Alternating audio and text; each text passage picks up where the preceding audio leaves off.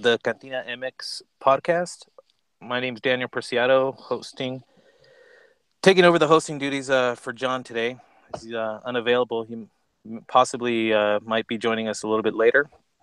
On today's show, we're going to be, discussing now that the league is back in action after the suspended games due to the earthquake. The league is back in action. We got games set up for the weekend.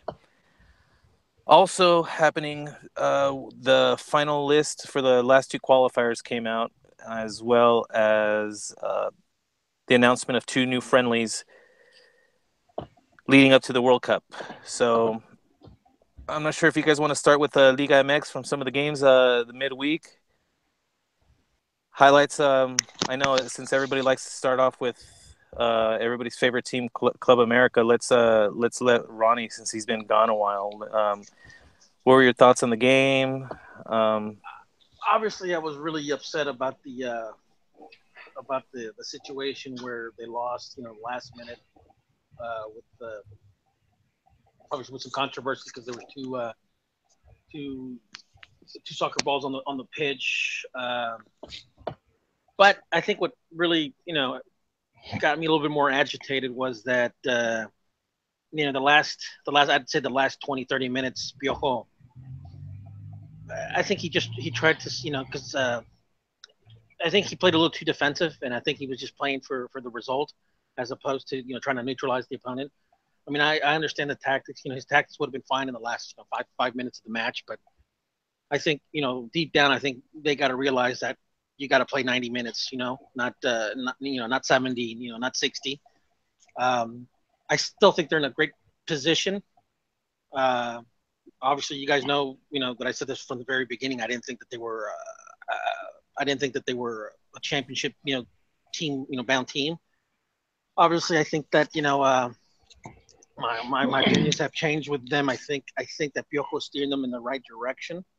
And I just hope that, come, the 5th, 15th, 16th, 17th, match day, I hope they got all, they're in fourth gear and, ready, taking the team to the playoffs.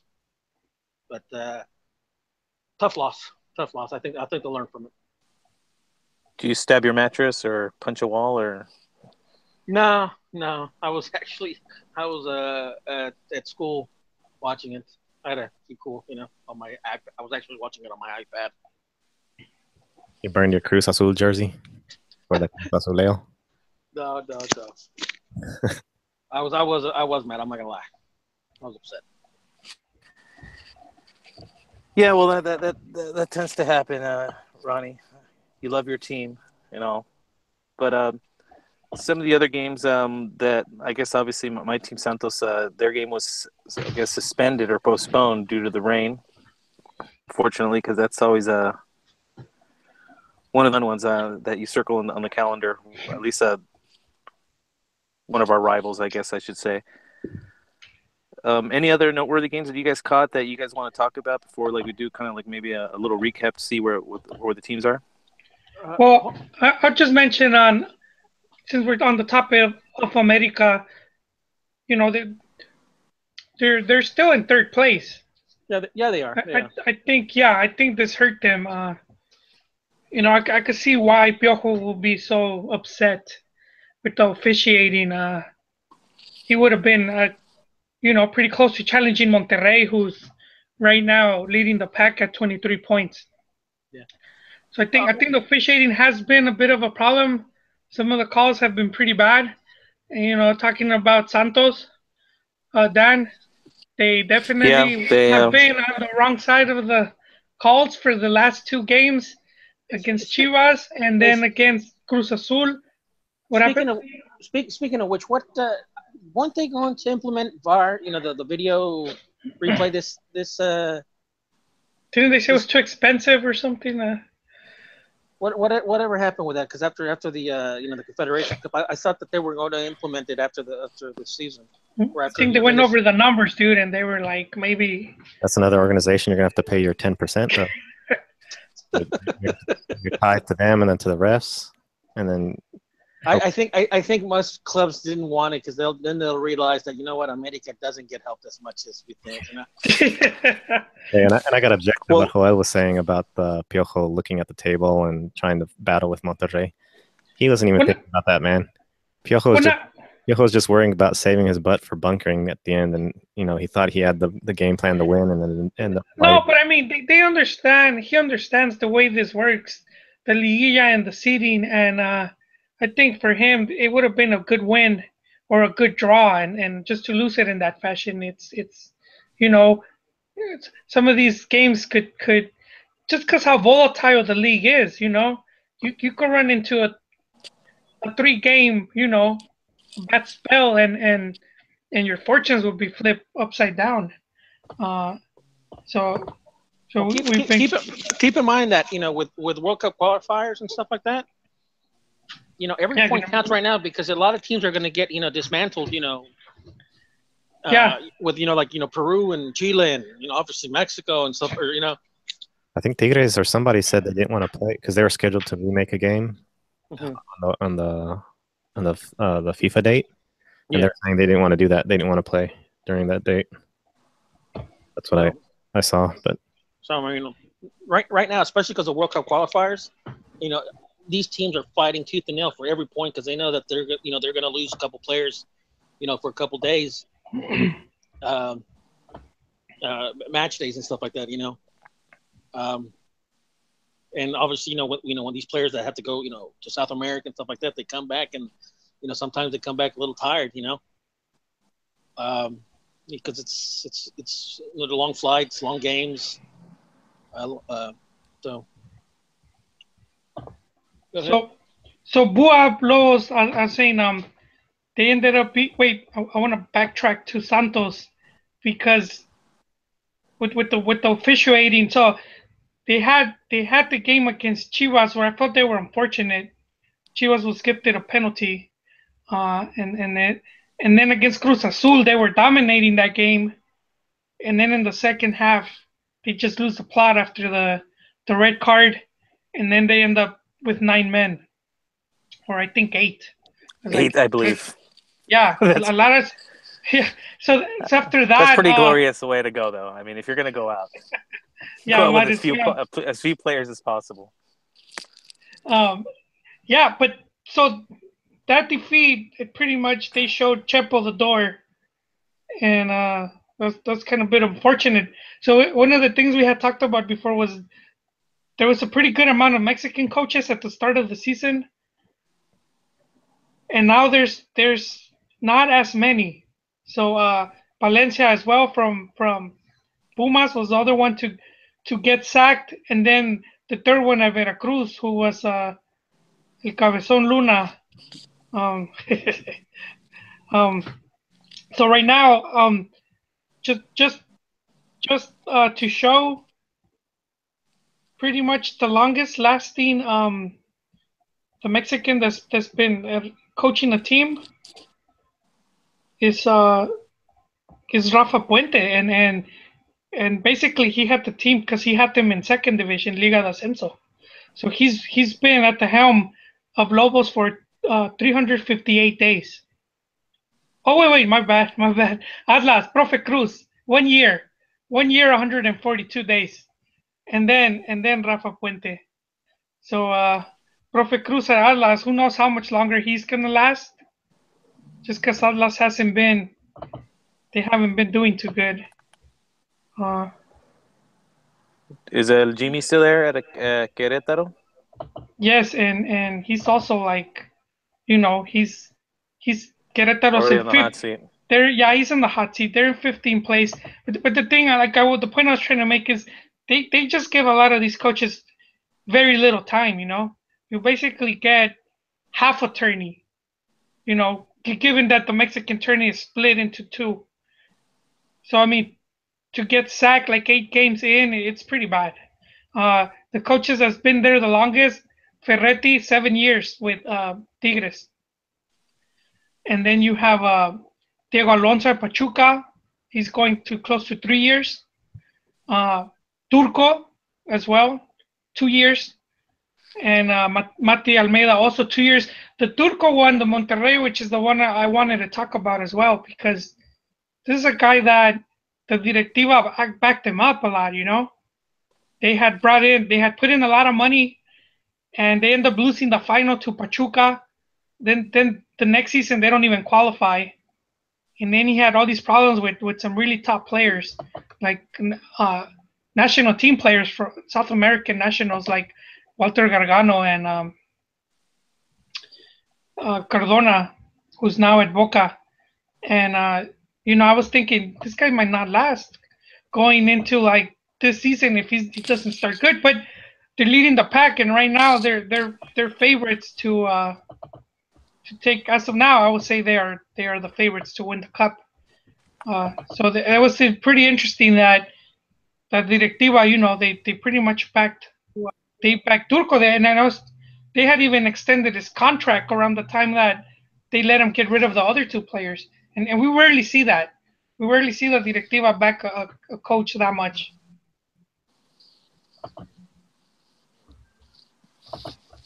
So I was expecting that maybe Santos would be a bit nicer to my Chepo, but that was not the case. I still haven't known what. I'm thinking part of the issue is relegation kind of rearing its ugly head that may have got him to maybe jump the gun. But I know you had other theories too. I mean, feel free to share them if you have any insight. Well, yeah, given I think there was actually something happened, and I've been digging around, but I haven't. No one has been able to leak any info.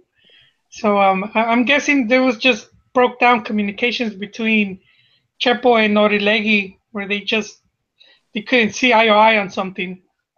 Well, that's the problem with losing. I mean, sometimes winning could help cover up internal beefs, and then losing will expose them. Because Dan, Chepo's assistant is Galindo, and he's someone that knows the team. He coached him to a league championship, and he could have stayed as at least as the we call it interim coach till they find someone, but they gave it to a newcomer, and so I feel that's more damaging. The Chepo stain is strong. Yeah, but Galindo is a really good coach. I mean, I'm with you. I mean, if you see his track record, he's done pretty well. He took Cruz Azul to a final. Chepo's gonna have to win like Sudamericana, Libertadores to get his mojo back, kind of like Ojitos Mesa, man. I think the hate for him though is on another level. I think he'd be best served leading, trying his luck somewhere else. I think going back to Chivas was the one mistake.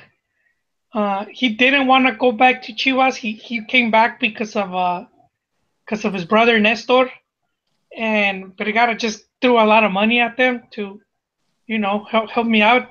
Team's about to get relegated, come back, and ended up hurting them, not because of Vergara, but indirectly, but because of Jose Luis Higuera.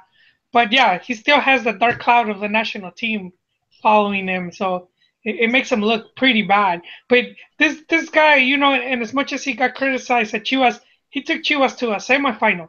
Chivas had been like 2-3 years without even doing that good. And I'll say this about Chepo's team, okay?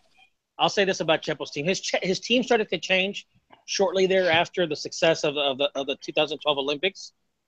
Yeah. And I think just in general, the entire federation was just, I guess they were just pounding their chest and patting themselves on the back.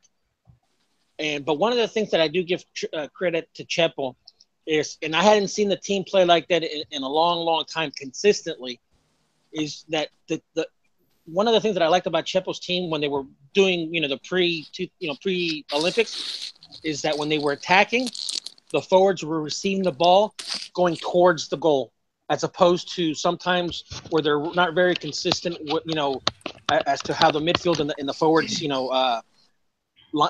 get together and stuff like that, with the back towards the back towards the goal and stuff like that, or just sending crosses and crosses, into the box, just like, repetitively.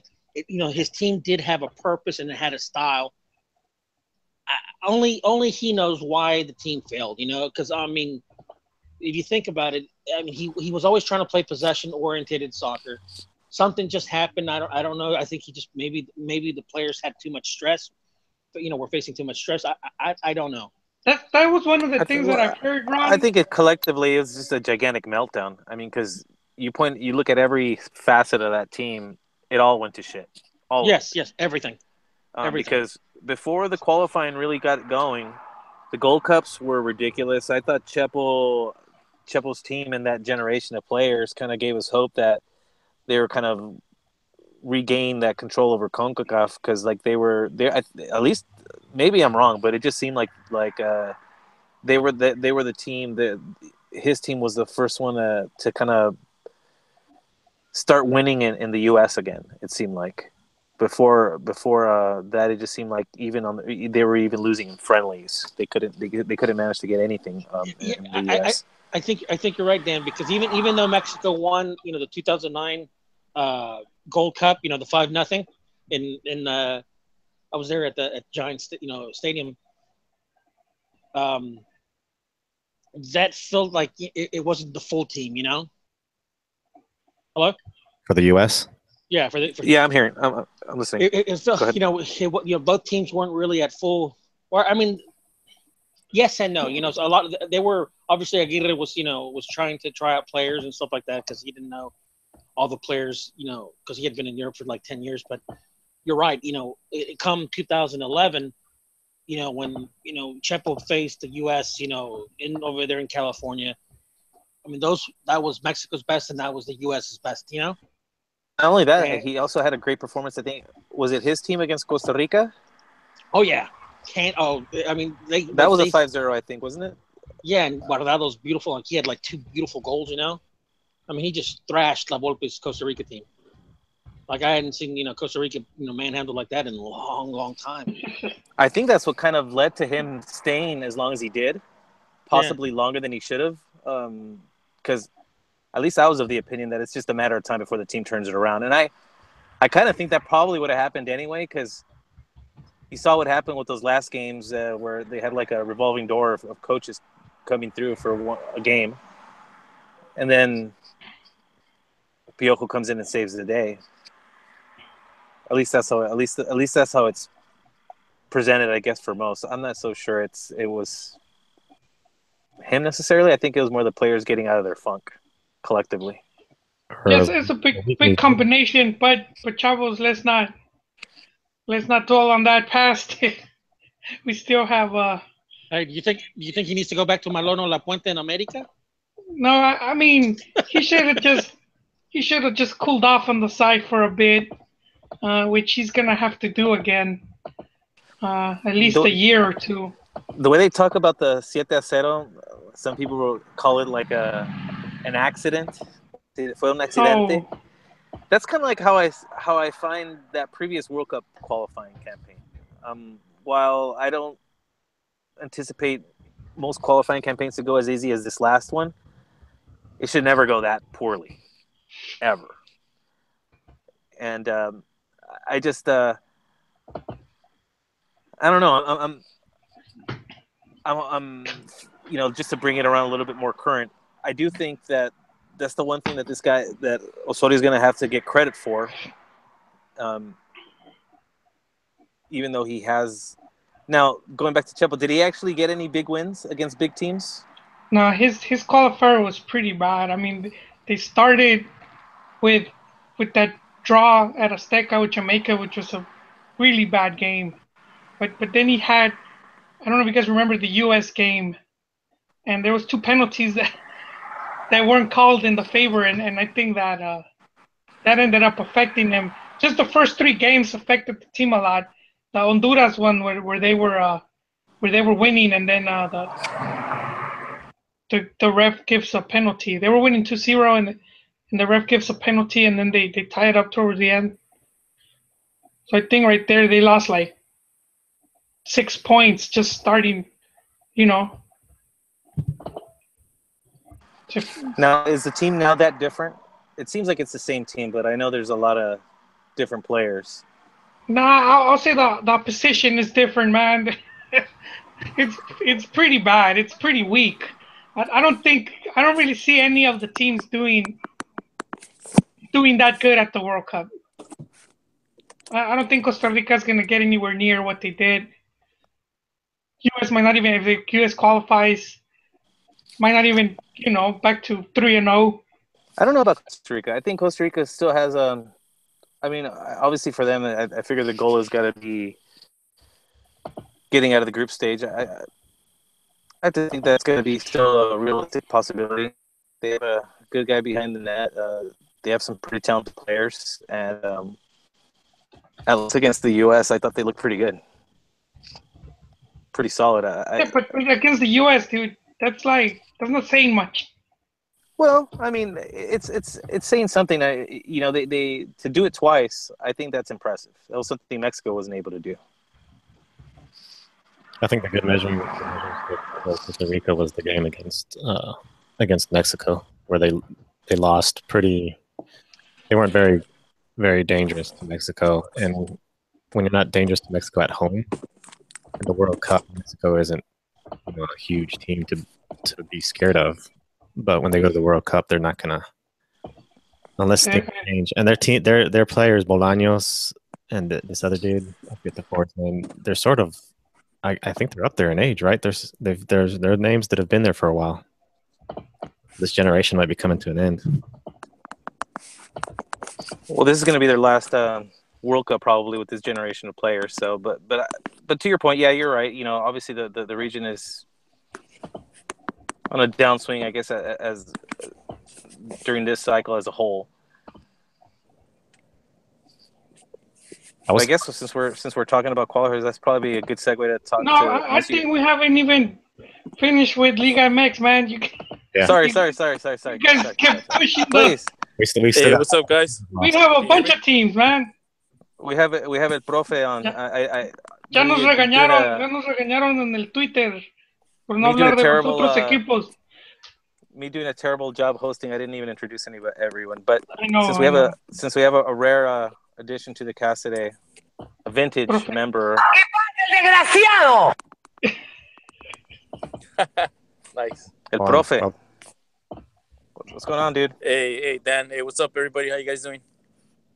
Good, man. Thanks for joining, man. It's good to hear from you. So, can we trust that?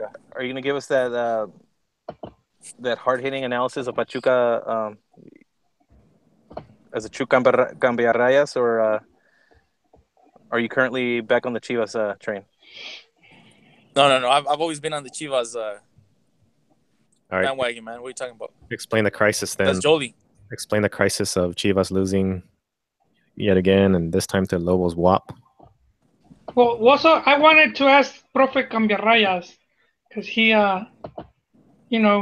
he's been very studious of Mati Almeida. And it took me a while to like the guy. But one of my criticisms has always been he has a hard time winning at home. He's never really been able to turn the Omnilife into a fort. And this season, the team has not won at home. And they just lost to the weakest possible team. So what's up with that, Profe? What's going on there, man? What is Mati getting wrong, dude? I think one question at a time now. To be honest, I haven't watched the game, so and all the games were canceled these past 2 weeks. You're like a true Chiva fan, then.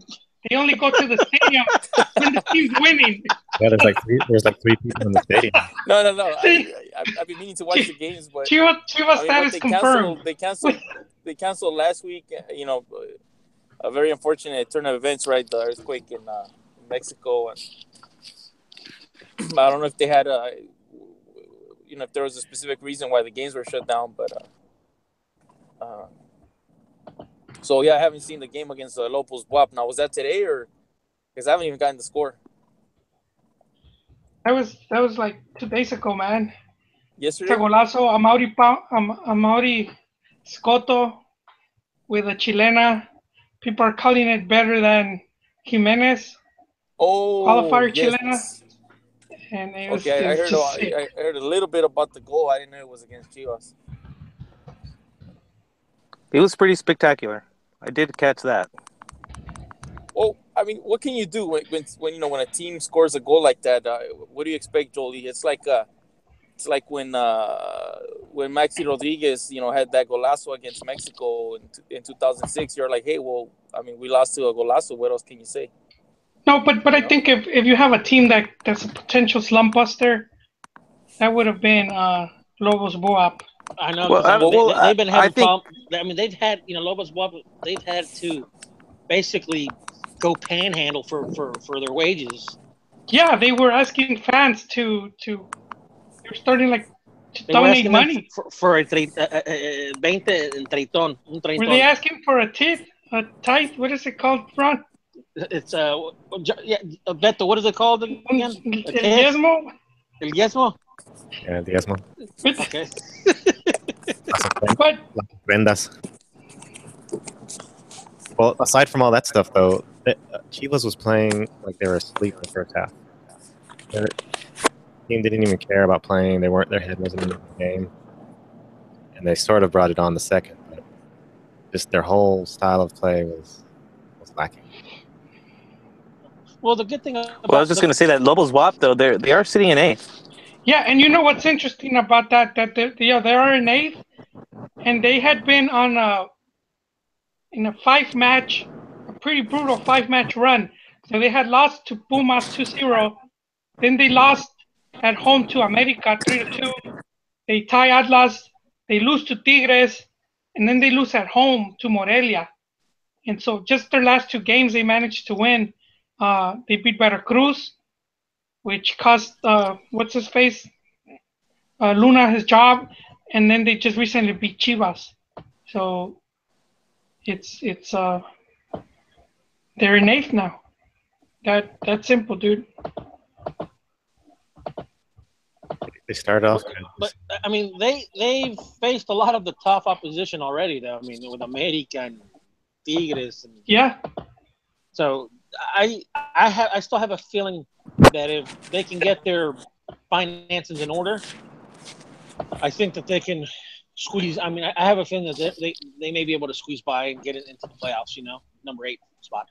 I had called him the weakest link, but I was corrected in the chat by MJP. Said it's Puebla, which is correct. Puebla is in last place, and did we see the last? That was the last of the La Volpismo. Was that La Volpe's last stand?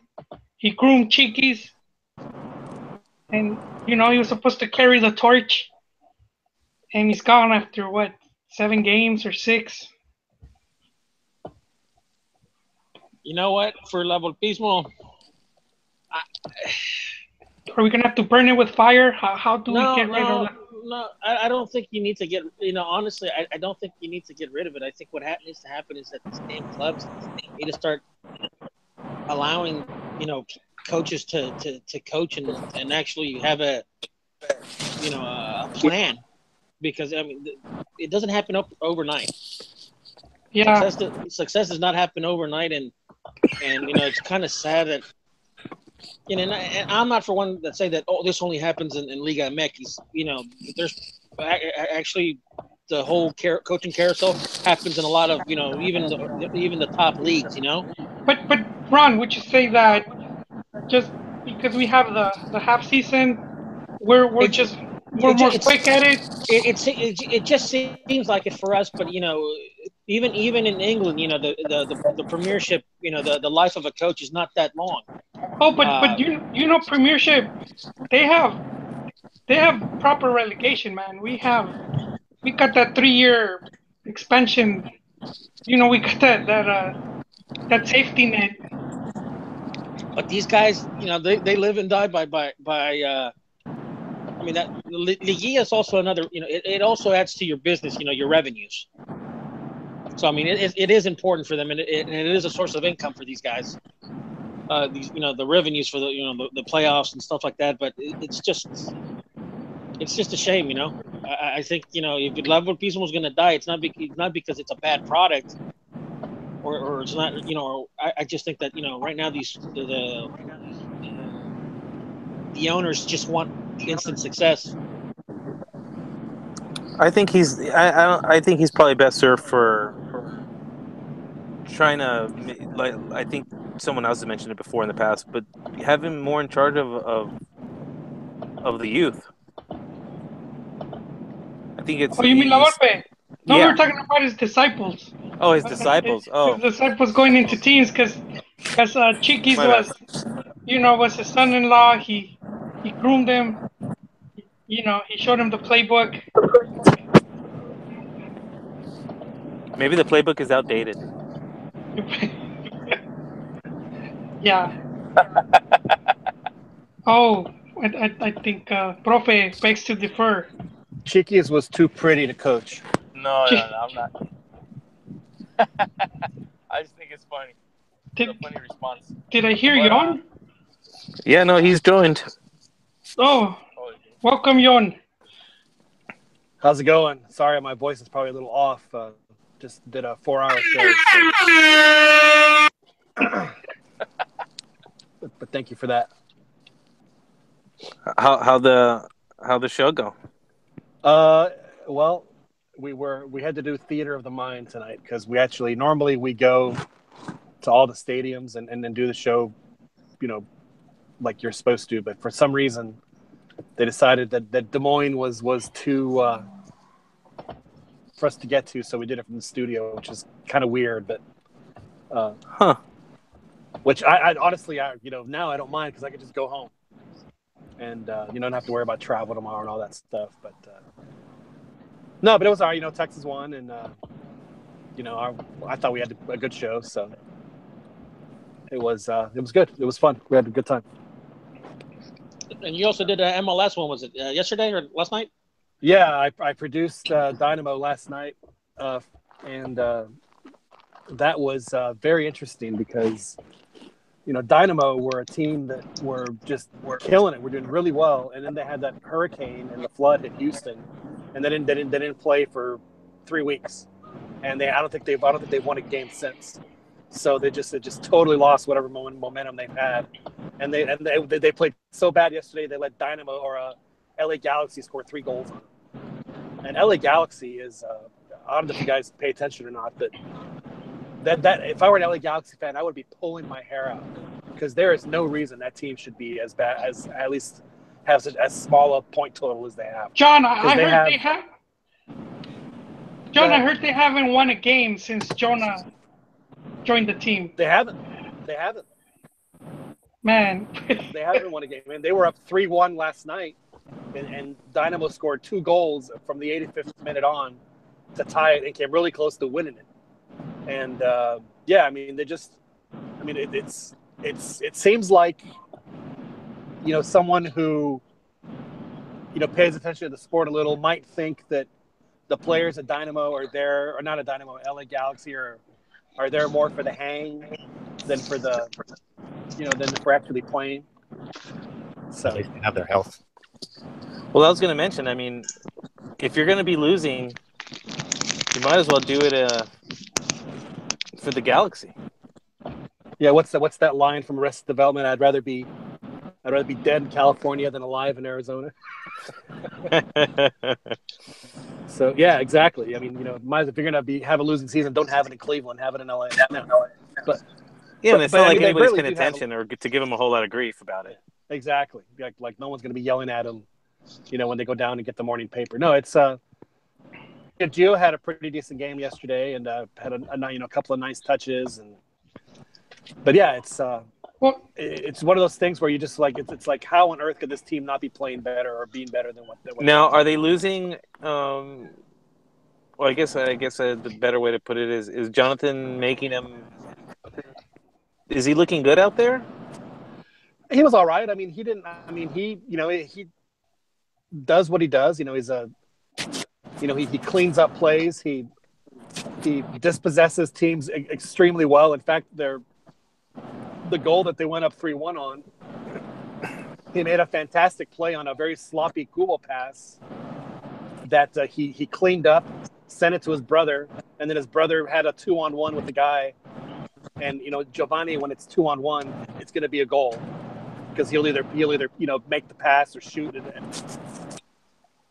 I had an open net.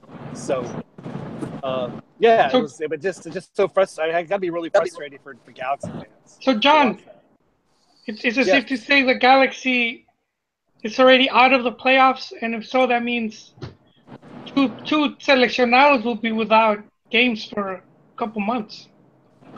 Well, yeah, the season goes through October, but yeah, they were officially eliminated from contention last night.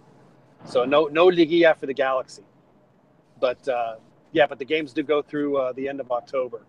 You think they'll get loaned out somewhere? If I were Osorio, and if I were if the boys wanted to play in the World Cup, I would have Daddy call his buddies at Televisa and say, "Hey, why don't we come down and play the Club America?" That's what I would do if I were them. Because they're not going to get loaned out to Europe. So, why not go down and that would be terrific for everybody involved. So that's what I would do. And then they can come and join the Galaxy after the World Cup. And the reality is that they're only, if they did that, they would only miss like 2 months. Yeah, and then there's that 1 month that the selección does of the 1 month get together. Well, yeah, but they don't do that anymore. They didn't do that the last time. Oh. Yeah, they learned their lesson. Yeah. Yeah, they didn't do their 6-week preseason. I think that has to do with the fact that there's players in Europe. Yeah, exactly. The last time, they didn't have their complete team till they got to like Boston or something. So it's like, what's the point of having a? But I think if you're Osorio and he was crying to Tom Marshall that he doesn't have enough time to prepare the team. He could ask for that. He could take players that they might not make it to the World Cup, but he could still just use them to train, or some of the youth, the under 20s or the under 23s. He could do a camp, or at least he should request one.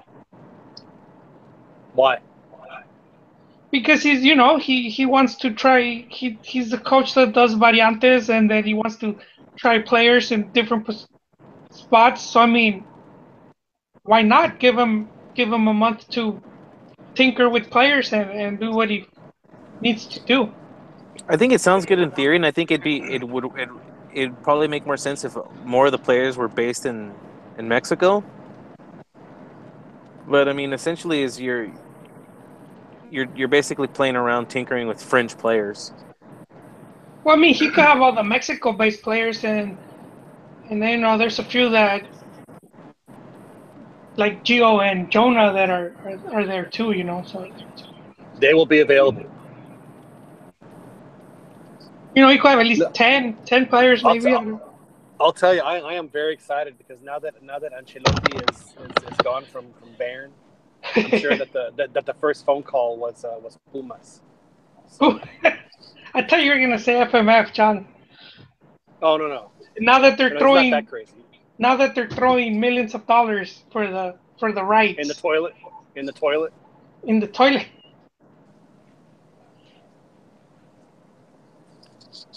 Did you want to talk about that, Juan?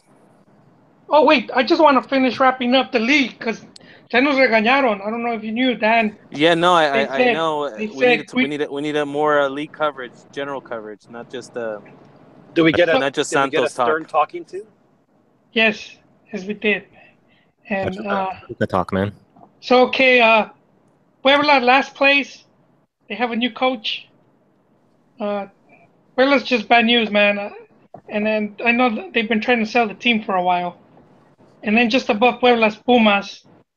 That's John's team right there. A big -6 goal differential. Only 10 points. Not 7 points so far. That's terrible. Yeah. Santos. That's only 2 points less than Chivas. That's right. That's Santos will be in 16, Querétaro 15, Chivas 14, Atlas is 13, and I would say the one the whole Atlas thing is because we talked about this before. The TV Azteca owns Atlas, and Atlas is going to be in danger of relegation pretty soon. And they're in danger of relegation now. Okay, so they're the ones pushing to get rid of to get rid of relegation, or at least for a few years till they get things in order. Well, knowing how bad Pumas is doing right now, I will give my full throat endorsement to that proposal. Postponing relegation until relegation for a few years. So until Pumas can get its act together.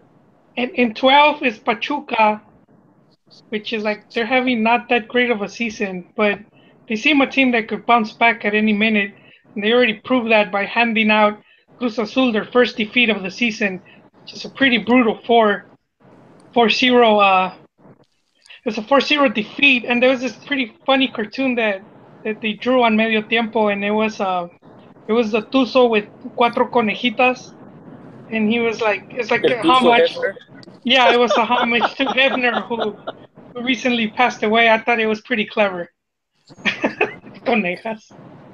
Now the guy that's been scoring all the goals for Pumas is Victor Guzman, who is a former Chivas Academy product. Is that correct? I thought he said Pachuca. No, Chivas let him go. Yeah, Chivas. What? He used to be with Chivas. Let me see. Yeah, he's from Guadalajara. Yeah, he's a Chivas product. He was one of those players to be named later when they signed Pizarro, and, when Pachuca became the Chivas Cantera. Kind of like Atlas became the Tigres Cantera a few years ago. He's a Pachuca. He's a midfielder, and he has like 6 goals right now. And he's the leading Mexican goal scorer, if I'm not mistaken, in the league. Yeah, lo usaron de moneda de cambio.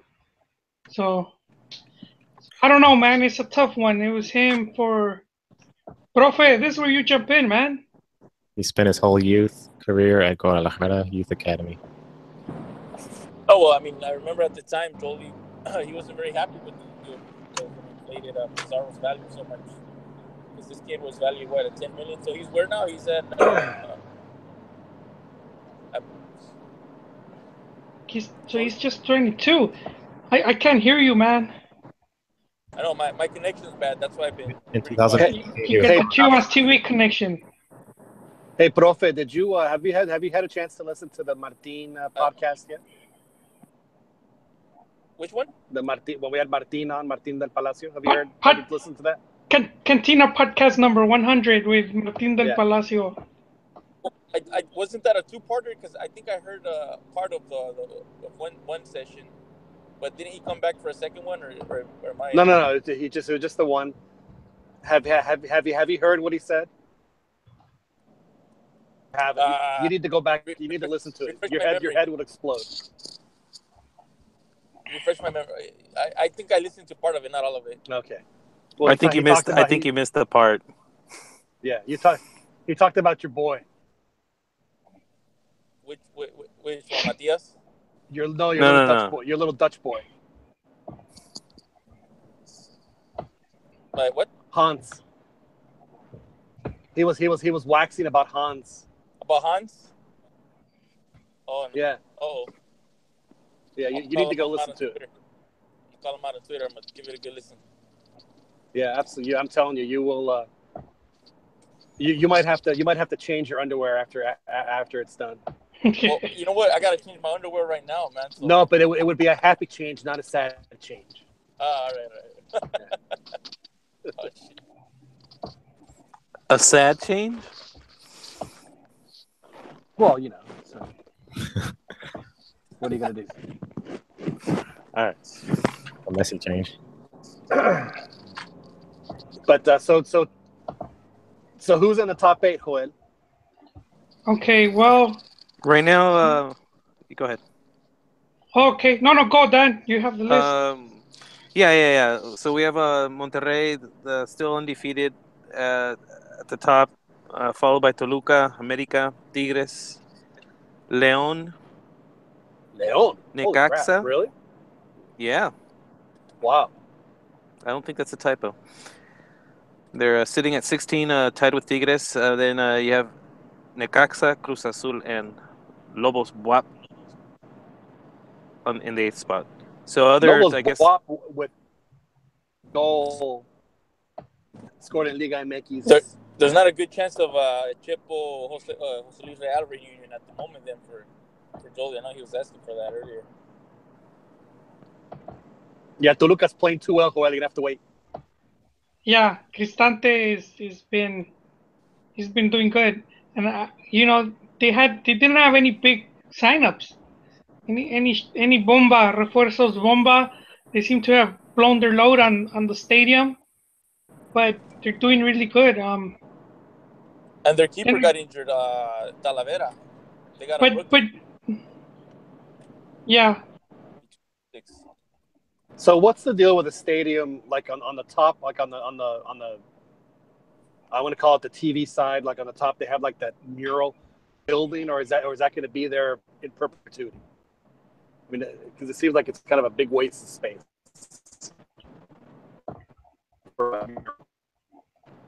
I don't even know. I'm surprised Toluca's doing this well.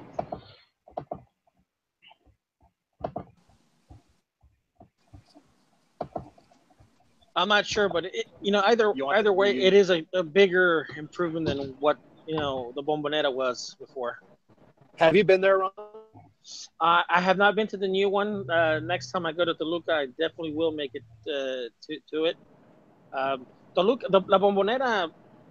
I don't know if you guys have ever been there, but it's not a very comfortable. It's not a very comfortable stadium for anybody, for really the press or stuff like that.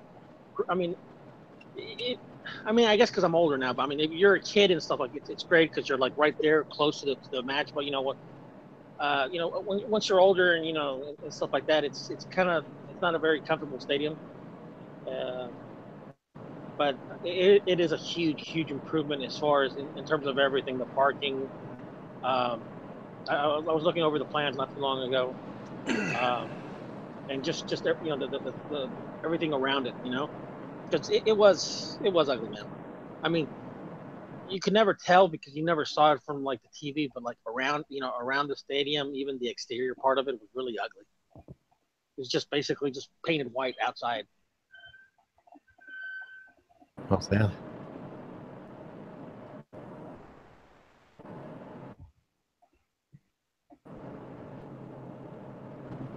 Hello? Papi. Did the Diablo Mayor come in? Put a post on Ron's feed there saying that the Bombonera was ugly, and he's like, "Oh, what the hell with that?" The old one. It's kind of funny though. You're right though. You can never tell that. I never knew it. I always the grass, their pitch always stood out to me. And obviously like the shadows. It is. I mean, I'm saying it's a very English style type of stadium from the 1950s, where for the fan experience. Obviously, when I say fan, I mean when you're out there and in your teens and early 20s and stuff like that. But once you get a little older, man, you want a little bit more more amenities, and stuff like that. And that's where it really, I think, failed. But I think this one, I think it has for the best of both worlds. It's got for the for the rabid fans, and it also has for the corporate fans, the guys that just want a little bit more things, in their package.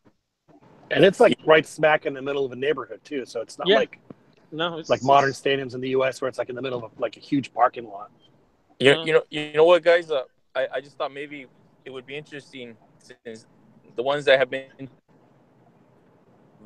the stadiums, if you could rate the water closets of Liga MX stadiums to 18. Kind of, it'd be an interesting. I wouldn't know. I have press, bathrooms and stuff like that. Ahí, Hay niveles, güey. Hay niveles. Hay niveles. I don't know about standing in line 20 minutes to take a piss, dude.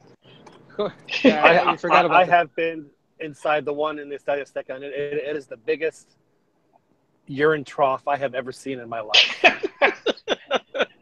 People pissing on the wall. But it's like 100 yards long. I've been. Crazy. I feel sorry if you're a little kid, because you're at that level, You're a little kid, you go take a piss, and there's adults. There's adults. No. That's what your dad is for, man. Your dad's gotta hold you up, man. You can't let your ding-a-ling touch that. Come on. That's parenting 101 right there, man. Sorry, Dad. Sorry. I get experiences every time I go out. I'm like, hold on, and then like repeatedly say, don't touch anything. Don't let your pee-pee touch. Imagine Ron fans when they score a goal and they start running up and down the stands. He'd be like, "Oh, don't bump into me. Leave me alone." It'd be all, "Hay niveles. I can't handle it down here with the gangsters." Yep. Was it deep too? Get too pampered, man. I am. I'm not gonna lie to you, Beto. I am pampered. No, man. I was at the Coliseum one time, and it's halftime. I go to the bathroom and people forgot which was the, that place is awful though, man. Which one was the exit and which one was to go in. So you had like a gridlock of people pushing to get out and people pushing to get in, and it was getting crushed, man. That's just a bad place to go in the men's room, dude. So I was like, never again, man. Never again. I think it's probably more common with the older stadiums. I think the Rose Bowl's kind of similar, where you're gonna lose a bit of time if you have to leave in the during play. Well, see, so now the Ayvalagua makes more sense. Yes, I mean, because you had a pee in a bag. That's why, because you didn't want to miss a minute of the action. See, we shouldn't be spreading these falsehoods. Just people believe it. But I mean, I think just generally speaking, those two stadiums, even though Rose Bowl's to a little lesser extent, it's a bit of could get a little rowdy in the bathrooms. I don't know how the other stadiums are, but they could get a little crazy. I know at one of our experiences, one of the guys that was with us came back looking almost like a unicorn because he had a welt on his forehead from falling. Oh. Was that Chompy? So, no, I'm not going to say names because it's not for me to divulge identities of people that may or may not be listening. But, just be careful out there, kids. Especially when you go to the bathroom. You don't want to slip and accidentally bang your head into the inside of a urinal. That's I don't know if that's what happened. Old Larry Sanders joke. Oh, is it? Yeah, the sidekick. They're like, why? What was so funny about me cracking a tooth on a urinal?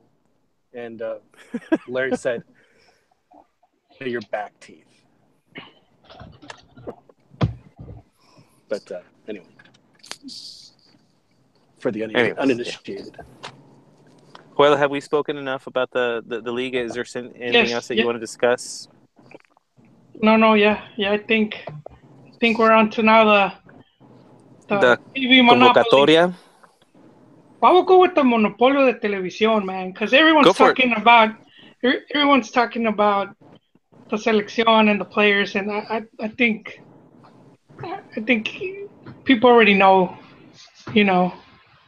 But people know that they left Omar Gobea off the list, so why bother even discussing it? Wait, pretty sure. No, I think the TV is more interesting, just because what it could significate. Ya se me olvidó el inglés. That's okay, Joela. The stage is yours. You have the conch. Hey, that's going to be a female movie next year. It is. I heard. La Concha, giving a whole new meaning. Anyways, You know, just the whole. Yeah. Please continue, Juan. No, um, just we were talking about before, just how it could change. It could change the outlook of Mexican football. So Televisa pushing hard to maintain control Now, now, just of if you could just give a little bit of background, because I think oh common fan probably isn't yes. too aware of this kind of thing. They're mostly been looking at the call up list. So, if you don't mind, if you can give a little bit of context. Well, the television rights for the Mexican national team, they're gonna expire after the 2018 Russia World Cup, and then they're up for grabs. So what was expected, and a lot of teams, a lot of club owners were even expecting this, was for other television companies to step in, like ESPN and Fox Sports, and you even have Carlos Slim there, and so because then that would just change, you know, the power structure in FMF and Liga MX. So right now it's pretty much Televisa and TV Azteca who have the biggest say in just the, you know, every time there's gonna be changes, they pretty much control what they have the final say.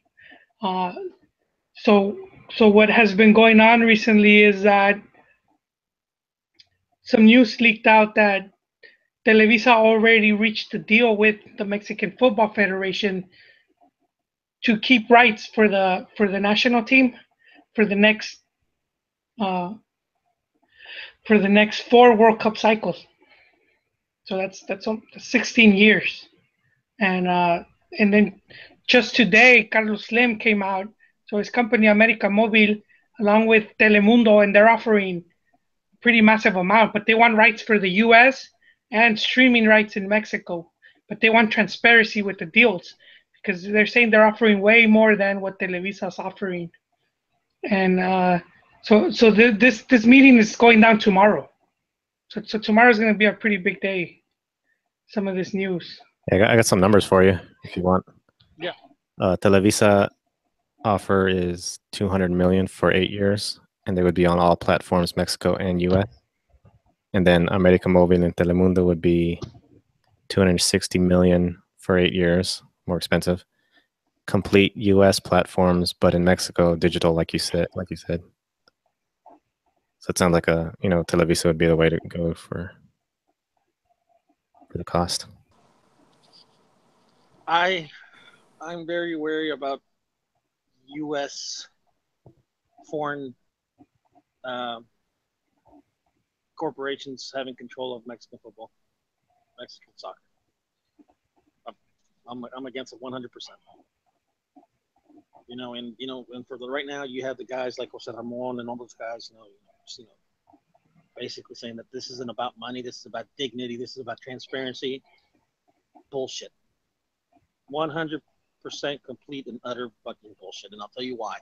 Because in 1992, 93, when him and Emilio Mauro wanted to take control, it wasn't about transparency back then. They just didn't like Televisa, plain and simple. They wanted their people, they wanted their access. That's all this is about. It's about access. Who has it, and who's going to get it. And so, spare me this. I don't believe one second that it's about dignity, that it's about transparency and stuff like that.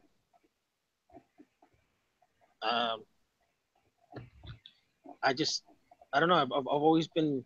I think there's one thing that we should protect is making sure that it goes with Mexican television and Mexican owners and directors that know the game. I don't care how one thing that Mexican football has shown is that we've had very rich owners buy teams, and within 2, 3, 4 seasons they're in relegation because they don't know how to manage their teams. They don't know how to manage. They don't know how to manage basically a business within Mexican soccer, which is a business, and it's a tough business to be in. And I just think knowing what I know about the U.S. Spanish networks, dude, they're going to exploit the shit out of them, dude. It's like you guys people complain about Televisa and TV Azteca. It's all deportivo with them. It's all negocio, and they put the deportivo on the back burner. It's going to be worse with It's more Fernando Fiore stuff. Yeah, it's going to be like that, dude. I guarantee you. It's gonna be like that.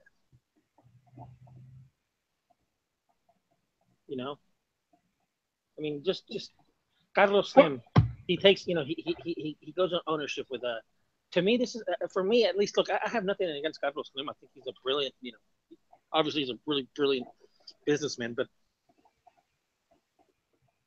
he's just. I think this is more of an ego battle with Salinas and Azcárraga than anything. That his intentions are more of an ego, like billionaire against a billionaire, to see who's got the biggest thing. But you're assuming they go with that more expensive offer. What's that? You're assuming they go with that more expensive offer from Telemundo, right? Yeah. Yeah. I mean, I don't want to see. I don't want to see it in the hands of Slim. I don't want to see it in the hands of NBC. I don't think that from the money perspective, I don't think they would go that way. I think they'd go the Televisa way. Well, yeah, I mean, because if it's going to be streaming in Mexico,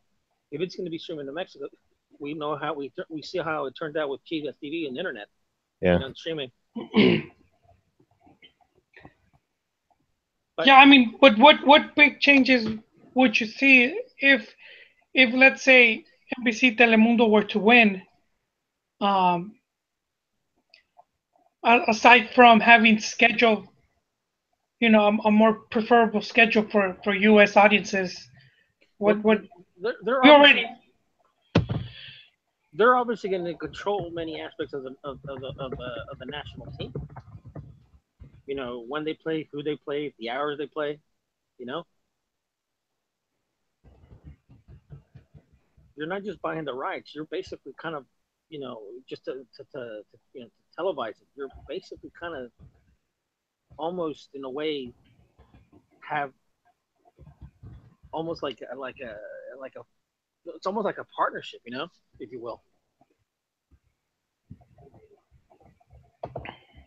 Yeah, it's going to be messed up. So if they win that, then all the national team games would be streamed only in Mexico, I guess, unless they come to an agreement for some type of TV transmission, right? Well, doesn't Slima own other stations? Well, I believe he pulled out. I mean, right now he's trying to get the thing streaming, with his Telcel and his America Mobile, whatever. I forget the name of it. But yeah. Here in the U.S., obviously, would be Mundos, NBC Universal, which honestly I'm not a big fan of their packages. I still get it in standard definition. I know. Yeah, same. I mean, that's one of the things that Univision is pretty much spot on. Because they get it from Televisa. It's like, I like having Galavisión. They had Galavisión at the time. They had Telefutura. They had, you could watch games on any other channels, and they were all high definition and stuff like that. But Ron, don't you think it would be a good thing one good thing that could come out is NBC winning, and there could be a stronger push for Liga MX en Inglés? Why can't Liga MX be in English? I if anything, they don't seem to care. That's why. But wouldn't that be separate rights? Well, they'll have for the rights in Mexico to be streaming, and for streaming, but in the U.S. NBC Telemundo, obviously that they would get those. Well, no, I'm just saying if they wanted to provide like a English content as well, I would just figure that those would be separate rights that needed to be bought. But well, Univision does English, but they do streaming on Facebook. I don't see why they couldn't do it on Well, I guess they'd need like you couldn't put English on their Spanish channel. You'd have to put it on a Mundos is sort of like Pocho English style. So maybe Univision needs a channel like that where they can spew out some English stuff. I thought they had one. Univision, I don't recall in English. No, I'm not sure. Mundos is in English. A lot of Mundos. But really, no. I personally will be disappointed just to not have the games on Univision. Well, you're not going to get them anyhow on Univision anymore for the World Cup. I think this is the last one for Univision because I think, or no, I'm sorry, yeah. I think this one, I think everything's going to be on in English. ESPN lost it. ESPN ABC. I think it's going to be Fox. I don't get any of those channels in HD. Telemundo, NBC, Universo, whatever it's called. Yeah. None of them. I think there's one of them you can get, or maybe I'm wrong. I think I got the Latino package and yeah, so do I. Yeah, all that stuff is just garbage. I can't stand watching the games like that. I think Universo is on HD. Oops. I don't know. I'm just very skeptical. I'm very skeptical of U.S. company basically having ownership, rights to it because I think they're gonna do. If the contract is done with Zoom, who's in charge of scheduling their games or promoting their games? Well, I mean, obviously they're gonna want to make their nut back. NBC, Telemundo, so they're gonna pay an outrageous amount of money, and they're gonna want to make it in advertising and stuff like that. So they're gonna pimp the shit out of the team. They're gonna market it.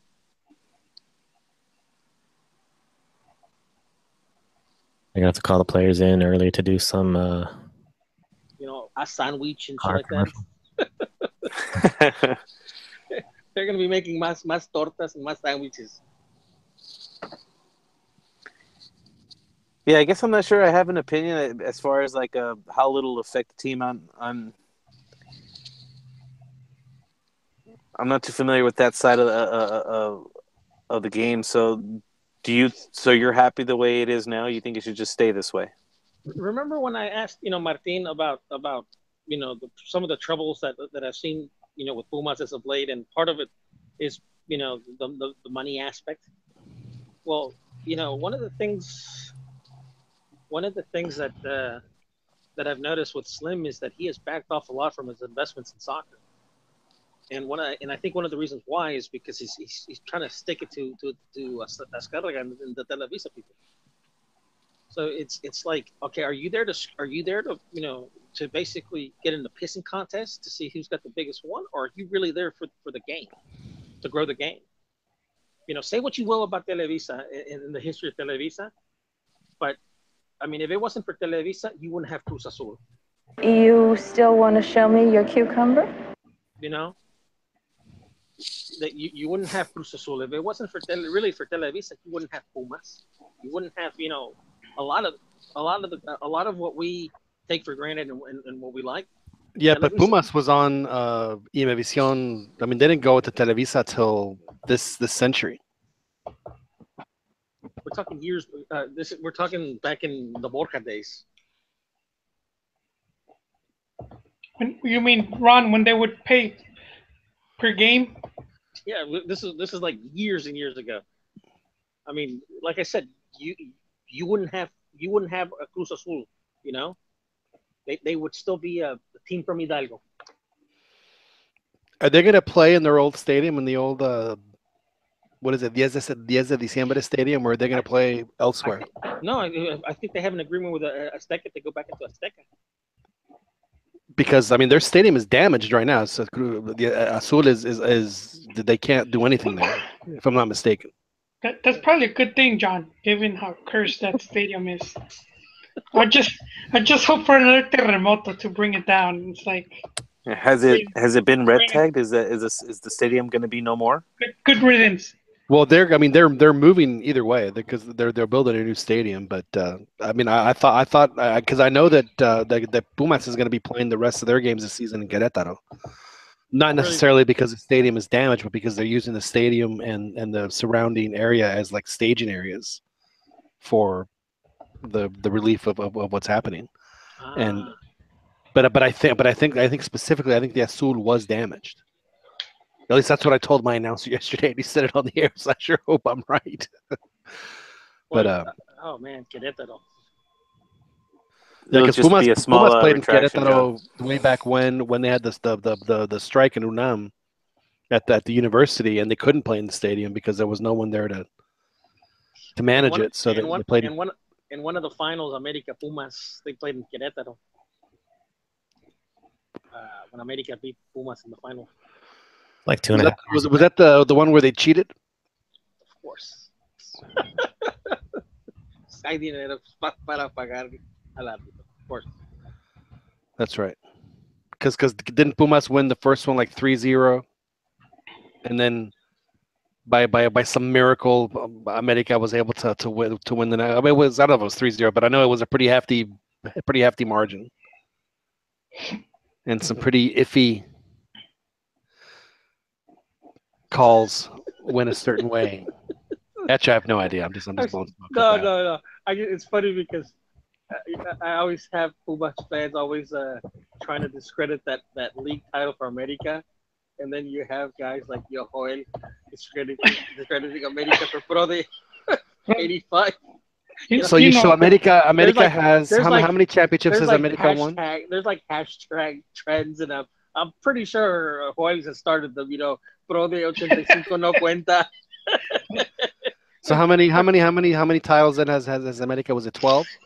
I don't know. Right? You're gonna have to ask Joel that. How many count? No. What I'm asking. What's the official? Is it 12? Is that the official number 12? Well, FIFA actually has them as 18, if I'm not mistaken. I don't give a shit who FIFA has it on. What is?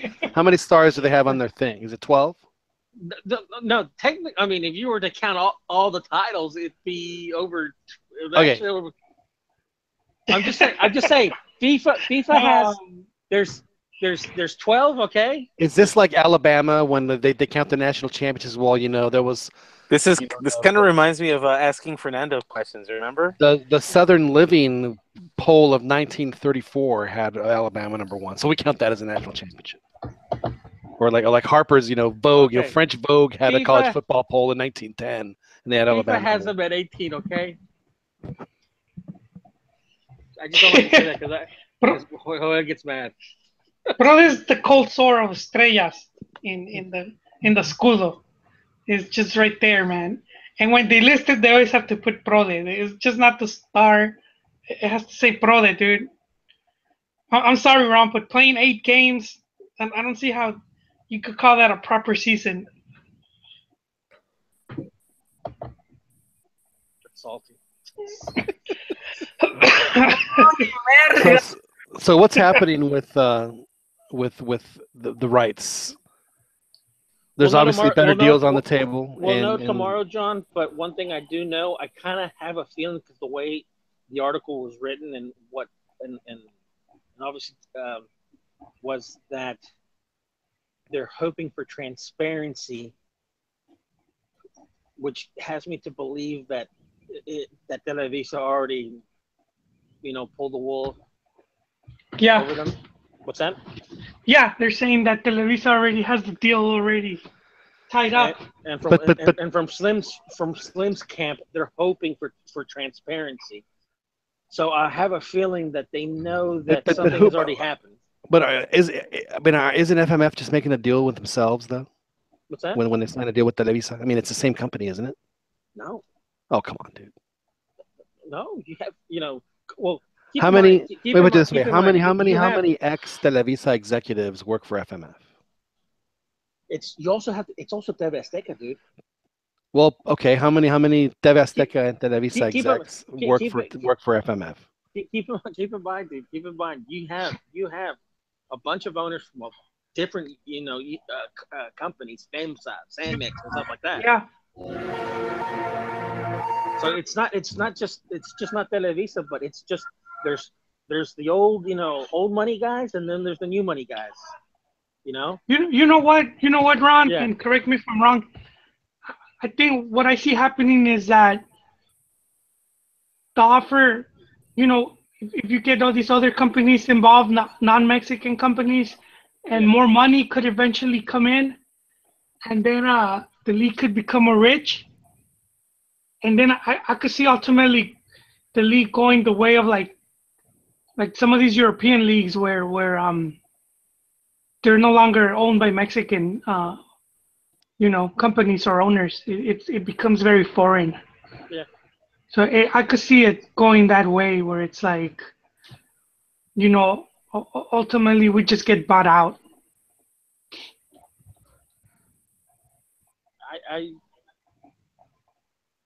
I'm like I said, I'm skeptical because given Slim's track record in football and soccer in Mexico, he hasn't never really committed, for the long haul. It's always been okay. He used to invest, he used to be like a silent, investor with, with UNAM. He used to be sponsors, with Telmex and stuff like that. But well, he obviously feels guilty about leaving Pumas. For the life of me, I don't know. And he's gonna go back. He didn't want to see him suffer. You know what? For the life of me, I don't know why it seems like they've lost a lot of their investors, like in Patronato. It seems to me like, I don't know. Banamex and a bunch of other investors. It's just like I don't know. But like I mentioned, back in the podcast when Martin was there, I kind of knew that Televisa was gonna, they were gonna right. the Cersei. But he also said, and that Slim, frankly, doesn't need the headache. Well, obviously, he doesn't have to do anything. I mean, he's rich enough. He doesn't need this. But again, it goes to my point: is he just doing this as a pissing contest to get into a business fight with guys, that obviously these guys, they have their lawyers, they have their armies of lawyers and accountants and stuff like that, and these guys play golf together, But I don't know. It's just I don't think Slim is sincere with this.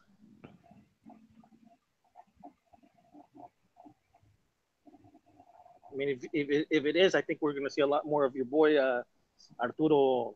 What's his name? His son-in-law, Arturo alias Ayub or something like that. Another yerno. Yeah, we're going to have him a lot. Oh, he was the dude that was in charge of the Grupo Pachuca, right?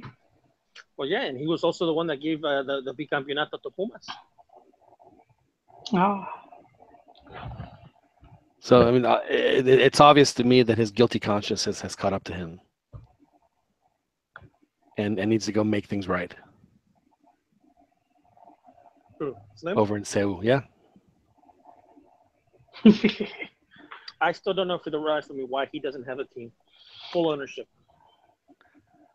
Well, I mean, like Martin said, it's not, think of, the quote unquote splashy owners that have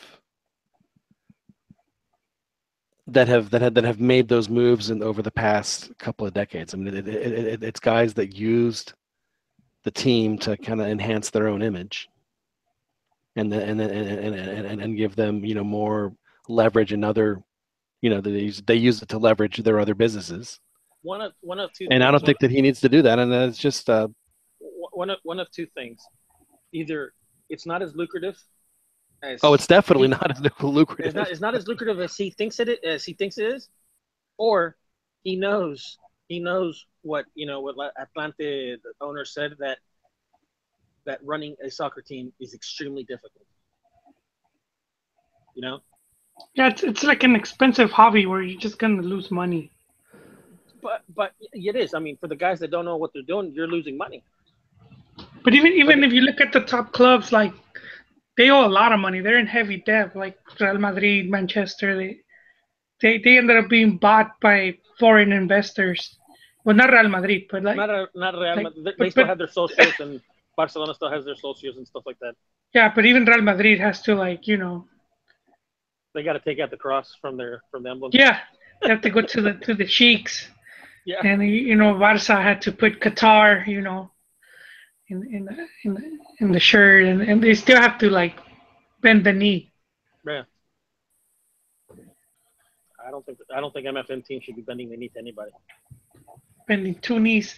They'll be bending two knees and getting kicked out of the league when they run out of money. I'm in the fence, John. I'm in the fence. Sometimes change is good, but then other times, it could be worse. Well, obviously I say what I say tongue-in-cheekly, but I mean, I honestly believe that that Televisa is, for better or for worse, like the biggest reason of the success of the league and the team, and its biggest enemy of further success. Serious, I'm being dead serious. I think that what they have done obviously has been outstanding, but because of that, then it just, whose interests do they have in mind when they make certain decisions? Yeah, that's true. And that's where I see, that's the for we'll never see a television contract, for certain games that that's league wide. It's always going to be based on a club by club thing. Yeah, I like your idea for the Monday Night Football. I'm telling you, it would be outstanding. I think that sooner or later Televisa is going to have to wise up a little bit more. I think they've already started. You're right. I mean, keep in mind, even in '98, and it's funny because I was talking to the guys before, the podcast, like asking them if they were watching the Univisión Deportes Unidos. Unidos por los Nuestros. Yeah, for that, and you had guys from ex Televisa and ex TV Azteca guys talking about their rivalries. They're giving anecdotes and stuff like that, and like for example, in '98, TV Azteca, Andres Marin was talking about how they weren't even allowed in the at the hotels, at the camp, at the training camp or nothing. These guys having to climb trees and stuff like that just to see the team practice. So I mean, obviously we've come a long way from that because I mean both Azteca and Televisa, which are the two major networks in Mexico, have access to the team, and obviously who gets more viewers and ratings is the company, the network that's more innovative and just provide has better content. I think they'll wisen up a little bit more and spread the wealth a little bit more. But I think I don't know. Just I don't want to see, like I said, NBC or Slim in there because I don't know what they're really going to do. Yeah, but NBC would just be for the rights in the U.S. though. They have nothing to do with the rights in Mexico. Well, I think it's streaming. I mean, they have half the rights right now. It's Telemundo and America Móvil. Yeah. So they would have the rights in the U.S. on TV, and then they would stream in Mexico. It looks like the Picante guys are all on this Telemundo stuff, man. So, what are they saying? What are they saying right now? Do you think that if they streamed it, would it be better than US TV? They said it's common sense to take the offer from the U.S. company. It would be absurd to take that's Rafa Puente, and it's all about the doing things in the dark. Jose Ramon is saying that Decio de Maria is irresponsible. That it's not fair to be working things in the dark. The transparency stuff. Jose Ramon does not have a leg to stand on. Faitelson says that there's a clause in the renewal of the contract that the national team will have to. What is this translation? Oh no, something else. Yeah, there's tweet after tweet going on about the. Are they responding to Faitelson? Let me see. What are they responding with? Oh, are they reminding him? They're slacking. They didn't remind him. Are they reminding him of El Divo de Tepito? No, they said, ahora tuitealo sin llorar. They were slacking. I don't see a tweet. I saw Faitelson and Perro were on whatever Yeah, some that was channel, hilarious, wasn't it? and it was interesting. Actually, I really liked that whole. I didn't get a chance to watch Ray Hudson call the Tigres Cholos game, and for the life of me, I cannot understand why Fox hasn't snatched him up for the World Cup. Yeah, the anecdotes that the guys were talking about, how when Tuca broke up a fight, almost between Faitelson and Perro Bermudez. Tuca did? Yeah, did you God watch bless it? him. No, I didn't get to watch that much of it. You gotta watch them, dude. They're hilarious.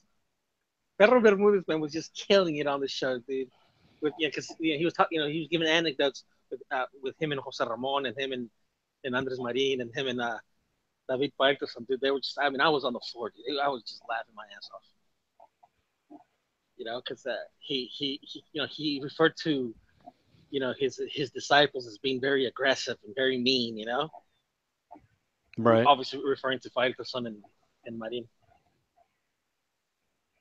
But it made for good television. I'm not gonna lie. At least for those that have been following for a long time, because I bet there's a lot of context lost to a lot of newer followers. Yeah, I'd say for people that have been watching since there was Deporte TV and all that, because there used to be a really strong rivalry. TV Azteca, Televisa, which is not nowhere near what it used to be. So I mean, if you kind of grew up with that, just seeing some of these dudes that you never thought would be sitting in the same table, it just makes it extra special.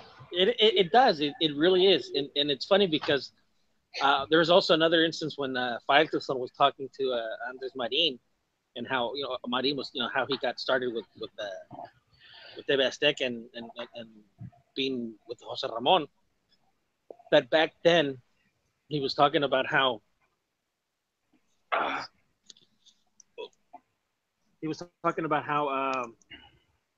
Europe would send like the highlights, like in a reel with no sound, no nothing, like no. Back then there was no internet, and they had to give a note on like European football, like the highlights, but they didn't know the name of the players, they didn't know anything. It was just a reel without sound.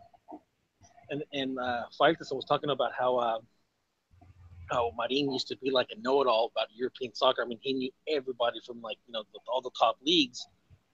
And it's funny because he said, Faitelson brought up the fact that he used to collect his magazines, like Don Balon and stuff like that, And it's it's funny because back then that's how we got our information, with magazines. Yeah, Tiro de Esquina was one of my favorites. Yeah, it was pretty crappy. It would fall apart, but it had all types of stats. When I went to Paris, when I did my junior year thing when I was in college, and I was waiting for a buddy at the airport because I got in like at 7 a.m. His flight was getting at 10. So I'll just I'll wait here and we'll go down together. And I found a couple. I can't remember, it was like France Football, one of those. But I found out more about the Mexican national team in like 3 little paragraphs back then than I would get at all where I was, because I think I was in Philly at the time, so it was impossible to get any kind of information. And man, I devoured that thing. It was fantastic. It was France Football is really good. Have you ever had a chance to read that, Ronnie? I own one France Football edition, and that is the day after France lost the World Cup in 2006. The very next day, I bought the magazines from all the top at one of the train stations over there in Berlin. Right.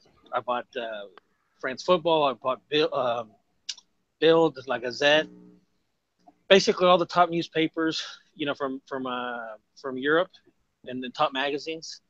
I got them, and I think that night or the next day, I basically put them in a box and sent them in the post and sent them to myself, and I sent them back here to the U.S. I haven't seen them since. They're still in a box.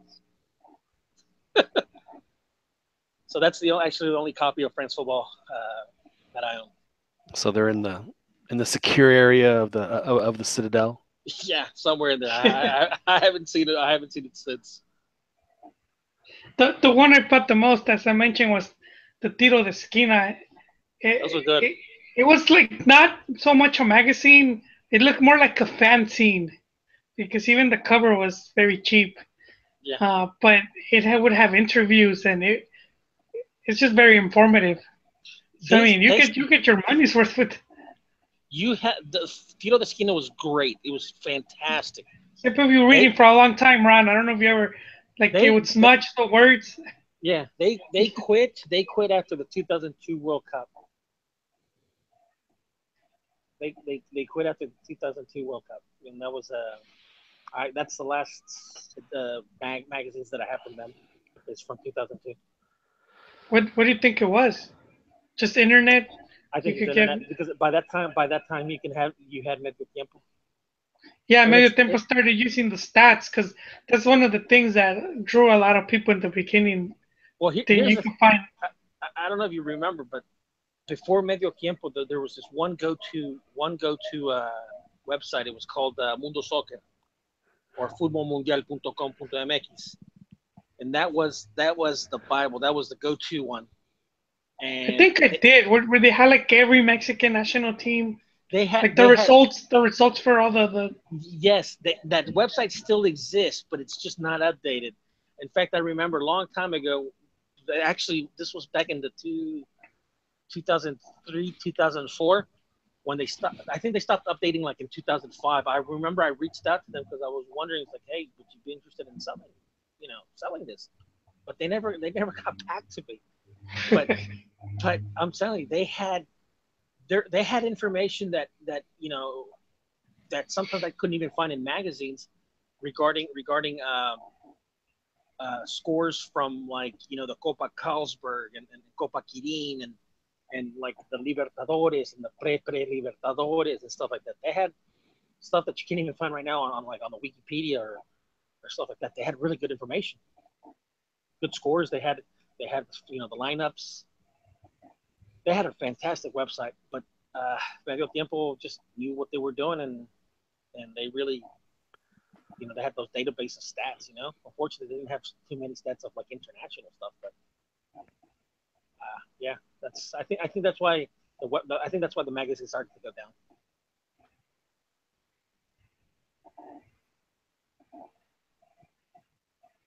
I haven't been to Medio Tiempo in like months.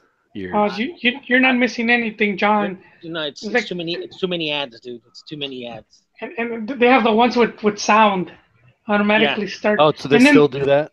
That's awful. I don't even bother. I don't even bother going to Medio Tiempo anymore. And then they have the ads that once it stops playing, it'll start up like 5 seconds later. That's unfortunate. I know that the guy that started it, obviously he's not there anymore, or he sold it, or. Oh yeah, they sold it out. Yeah, they tried to do an English version, and it just didn't do too well. I worked for them for a little bit. Was it Soccerly? Right. But their Spanish one, their what is his name, Juan Football, apparently is doing very well. It's actually really good, and I forget to follow it more, but it really is very decent. Juan Football. It is for the stories and stuff like that. But me being the stats and analytical guy that I am, I haven't found a site that for me is worth going to. Because I mean, geez, I don't want to get bombarded with ads, and I don't want to get bombarded with videos, And unfortunately, I haven't been able to find a website that I'm able to, really go through, the content and looking at the stats and stuff like that. Because before, I mean, you could get the stats from like,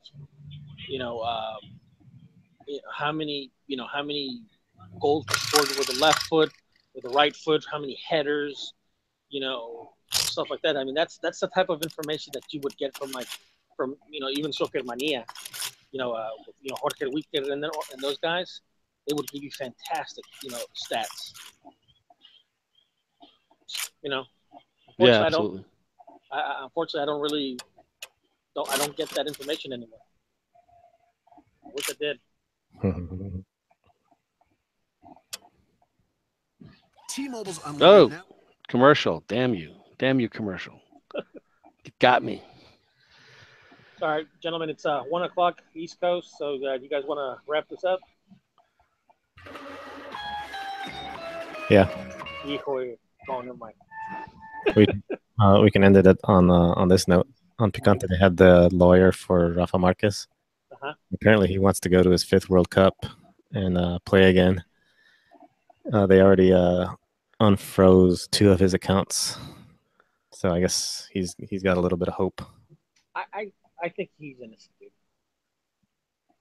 I don't think he is, man. What's that? I don't think he is. I could see him wearing those T-shirts with, those narco shirts with the Like flowery, those flowery button downs. Like Pacho from Narcos. Yeah, you knew what was going on. My body. John, have you seen the show Narcos? Oh yeah, it's a fantastic show. Yeah, isn't it? I love it. We just finished watching the 3rd season. What do you think? It was. I thought it was terrific. I mean, it's really well done. Obviously the background story is compelling, but the character development is outstanding. It's a good show. They do a great job. I wonder if because they're gonna go to it's gonna be in Mexico now. I think. Yeah. Well, they stopped production because the location. Location cat was murdered. Yeah, the guy got killed, and it's like he's trying to make it. He's trying to make it realistic, and he went to the right spots. Yeah, too realistic, man. I don't know what you were thinking, man. Yeah. I would just use Universal Studios spec lot. You can make it look like anything.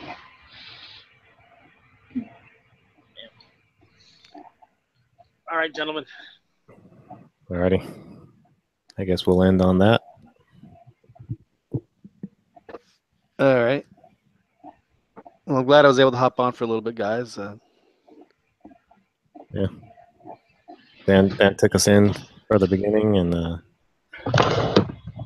then we got to talking. So take us out, cheekies. All right. Guess you guys can catch us on. I'll post this out tomorrow on iTunes, Google Play, SoundCloud. We got to figure SoundCloud out if we want to do that. We'll take care of it. We'll check it out, and check us out next week, same time, same day. Talk to you guys later. Take it easy. Thank you.